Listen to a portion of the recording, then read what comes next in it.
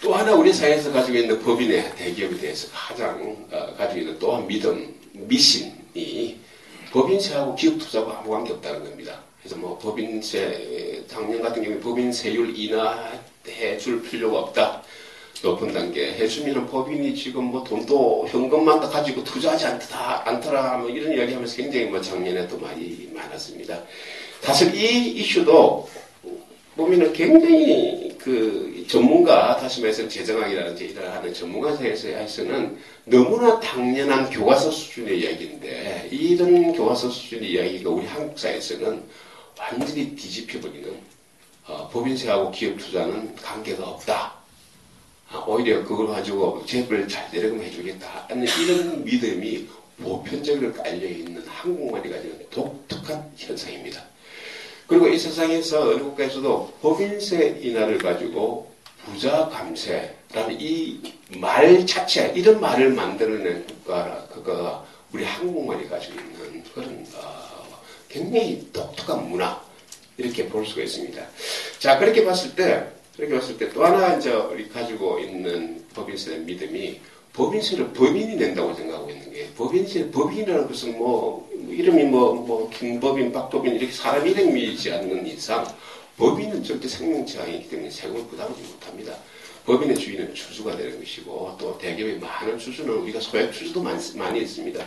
그리고 세금이 이렇게 올라가면은 물건값 좀 조정해가지고 얼마든지 소비자한테 전가할 수가 있습니다. 종업원들 복지 조금 줄일 수 있습니다. 학자 그룹에서 재정학에서의 근로는 법인세는 대한민국 국민이 낸다는 것이 결론입니다.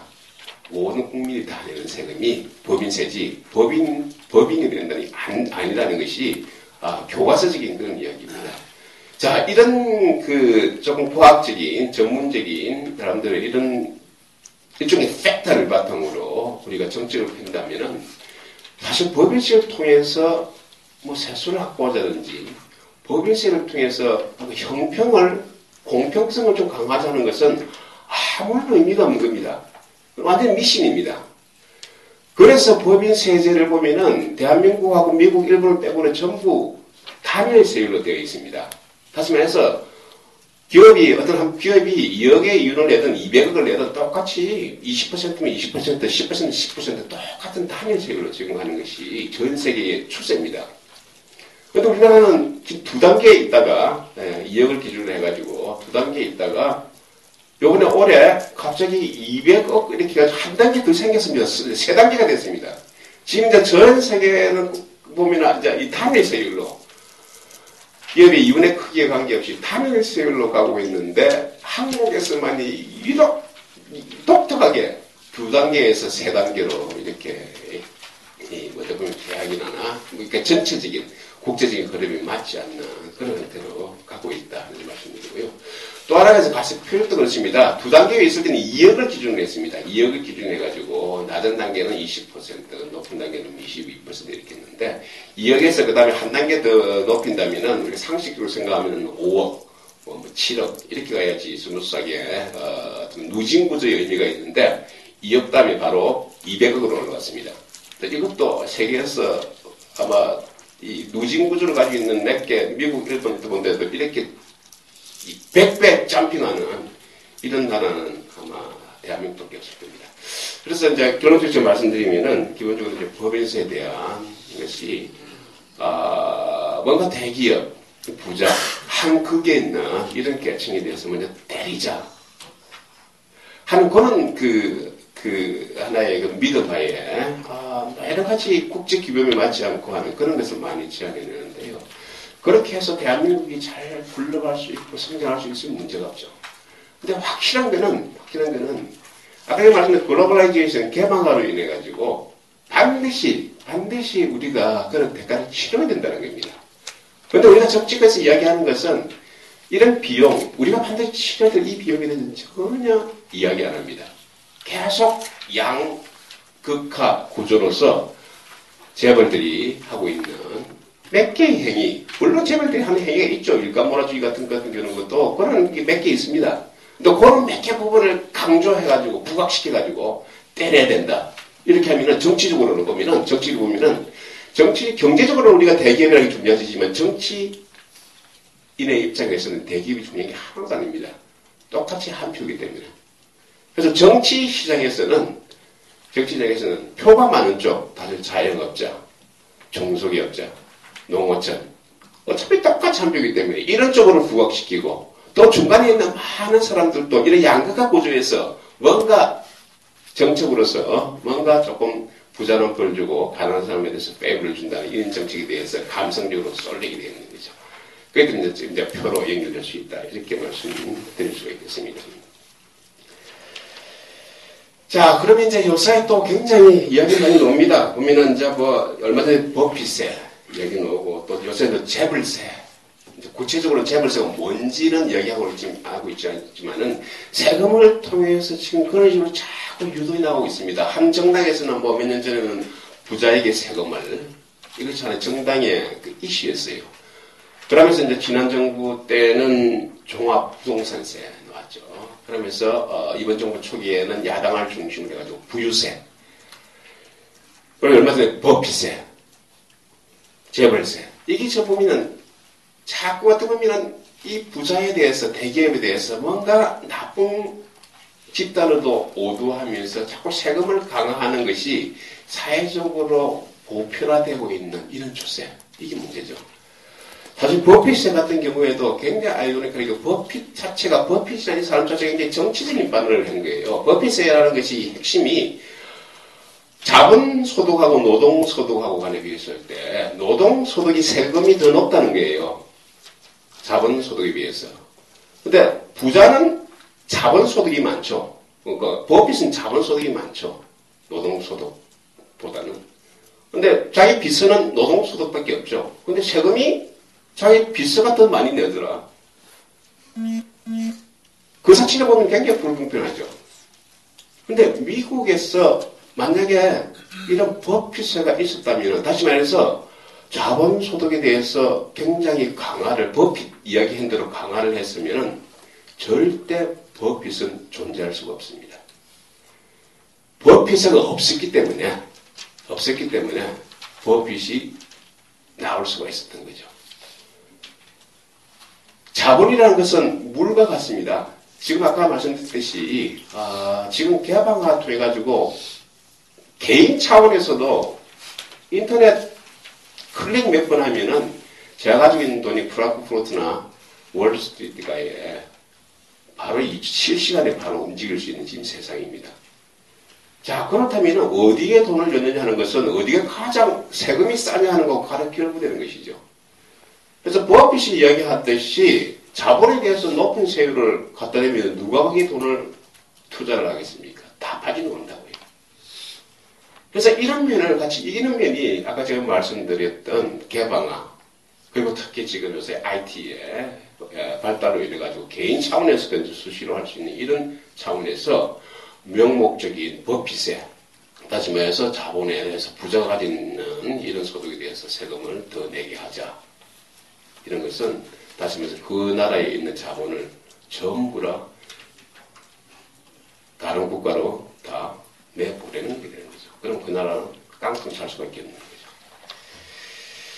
자, 그래서 이제 지금 재벌세라는 것도 같은 얘기인데요. 지금 이 재벌세를 어떻게 할 것인가 하는 거는 지금 야당에서 구체적인 픽처는 내지 않았습니다. 그리고 단지 여러 가지 몇 가지 일을 하면서 그 중에 하나가 일감 몰아주기 같은 이런 것도 얘기했는데요. 사실 일감 몰아주기 하는 그 하나하나의 몇 개의 사례를 보면은 당연히 엄격하게 벌해야죠. 해야 되는데 세금으로 하게 되면은 세금이 정치에 가지고 있는 가장 큰 특징이 회계적인 것이라는 것입니다. 그러니까 모든 경제 행위에 대해서 똑같이 적용하고 어떤 행위 하나하나마다 가지고 있는 본질적인 어떤 그 다른 어떤 특수한 사정을 봐줄 수가 없습니다. 세금이라는 것은. 자, 그러면은 그런 이제 몇 개의 잘못된 행위 때문에 모든 경제 행위를 어렵게 만들어내는 거죠. 일감 몰아주는 것이 소위 말해 계열상간의 어떤 거래인데 계열상 거래라는 것이 다 거의 나쁜 건 아니죠. 나쁜 것도 있지만은 기업이 여러 가지 어떤 이 대외 보안 문제나 특히 IT 같은 경우에는 자기 한 기업에 있는 모든 정보가 다 빠져나가는데 다른 기업에서 주겠습니까? 다 관련 계열 기업 줘야 되는 것이죠. 제가 이야기하는 것은 케이스 바이 케이스로 굉장히 다른 어떤 그런 것이 있지만 세금 정책으로 그렇게 해버리면 그런 행위 자체가 완전히 일시 얼어붙게 된다는 것이죠. 그래서 여러 가지 이제 이 공적거래 정책이라는 이렇게 할 수 있음에도 불구하고 세금 정책이 지금 너무 보편화되어 있어가지고 특히 가진 자, 부자, 대기업에 대해서 때리는 이런 세금은 전부 정치적으로 뭔가 좀 이렇게 뭔가 알파를 기대할 수 있는 그런 거기 때문에 쉽게 제도를 보편화하려는 그런 분위기, 이 분위기가 문제다 이렇게 말씀드릴 수 있겠습니다. 그래서 이제 지금 뭐 사실 대기업도 문제가 아까 말씀 많죠. 그래서 상생관계도 풀어놔야 되고 거기에 대한 출발점은 대기업 중심에서 이렇게 나가야 되는데 정부가 너무 정치권에서 너무 이런 대기업 중심의 상생관계를 풀어나가야 되는 이런 관계를 시도하지 않고 또 시도하면 어떻게 보면 정치적으로는 또 표 얻는 데는 안 좋죠. 그렇기 때문에 정치권에서 먼저 이런 상생보다는 투쟁하고 대립하고 하는 이런 것이 보편화되고 있는 이런 것이 문제다 이렇게 말씀드릴 수 있겠습니다. 대한민국 아까 제가 뭐 보면서 몇 분하고 얘기했는데 그 30년 압축 성장 5,000년 동안에 배고프다가 30년이 반짝해서 조금 먹고 삽니다. 지금 50년. 그 대한민국 국민의 유전 인자 하고 성실성 우리 이 정도의 그 경제 규모에서 1년에 3박 4일 정도로 여름 휴가 쓰는 나라는 우리나라밖에 없습니다. 다시 같은 유럽 국가들은 한 30박 30일 이렇게 휴가 쓰지 않습니까? 우리나라 사람들이 일주일 휴가 줘도 다 못 씁니다. 3일만 지나면 혹시 내 자리에 안 빠질까 이런 걱정할 정도로 다시 말해서 우리 지금 인자가 일 안 하면은 불안한 그런 인자가 되어 있습니다. 그것이 대한민국을 30년 압축 행정을 한 것입니다. 근데 지금 이 정치권에서 출발되고 있는 이런 것은 우리 인자를 서서히 바꿔줄 수 있는 것입니다. 근데 확실한 거는 정치권에서 이거는 이제 먹고 튀는 겁니다. 이렇게 아주 한세가지고 정치 표만 집권하면 되는 것입니다. 그래서 대한민국이라는 것은 정치인이 가지고 있는 타임 스팬은 5년입니다. 4년이나 5년입니다. 대한민국이 성장에 되는 스페인이라는 것은 10년이 가서 50년이고 100년입니다. 자, 여기서 소위 말해서 정치인에서 먹고 튀자는 이런 정치, 정책의 우리 대한민국의 앞날이 굉장히 불안하다. 이런 말씀을 드리겠습니다. 그래서 결론적으로 제가 말씀드리면은 한국 선진화가 지금 우리 목전에 있습니다. 10년 동안 계속 선진화 못하고 이렇게 있는데요. 그 중에서 세금 정책이 굉장히 중요합니다. 그래서 아까 제가 말씀드렸듯이 세금 경쟁, 조세 경쟁이라고 얘기하고 있습니다. 텍스 컴피티션 이렇게 얘기하고 있는데요. 그만큼 이제 정부가 할 수 있는 게 별로 없습니다. 세금으로서 이제 이렇게 하는 것이기 때문에 그런 환경을 만들어주는 것이 이 세금 정책인데 그 세금 정책에 있어서 가장 선봉장에 선 가장 앞에서 한 나라의 경제 성장을 결정짓는 가장 중요한 세제가 법인세입니다. 그런데 우리는 법인세가 지금 완전히 트랩에 빠져 있습니다.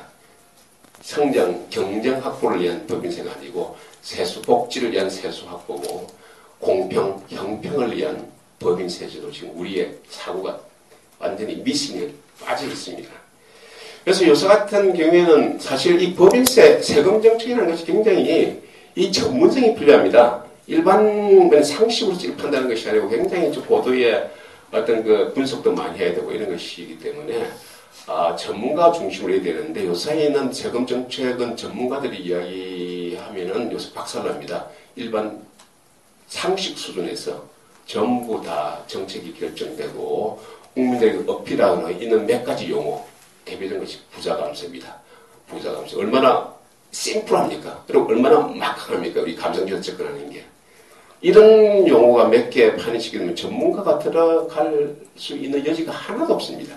문제는 뭐 전문가 들어가고 싶다는 것이 아니고요. 그래가지고 대한민국 계속 발전만 할 수 있으면은 아무런 문제가 없죠. 근데 확실한 거는 절대 발전할 수가 없습니다. 시대적인 흐름에 국가적인 전 세계 그 규범에 따르지 않으면은 절대로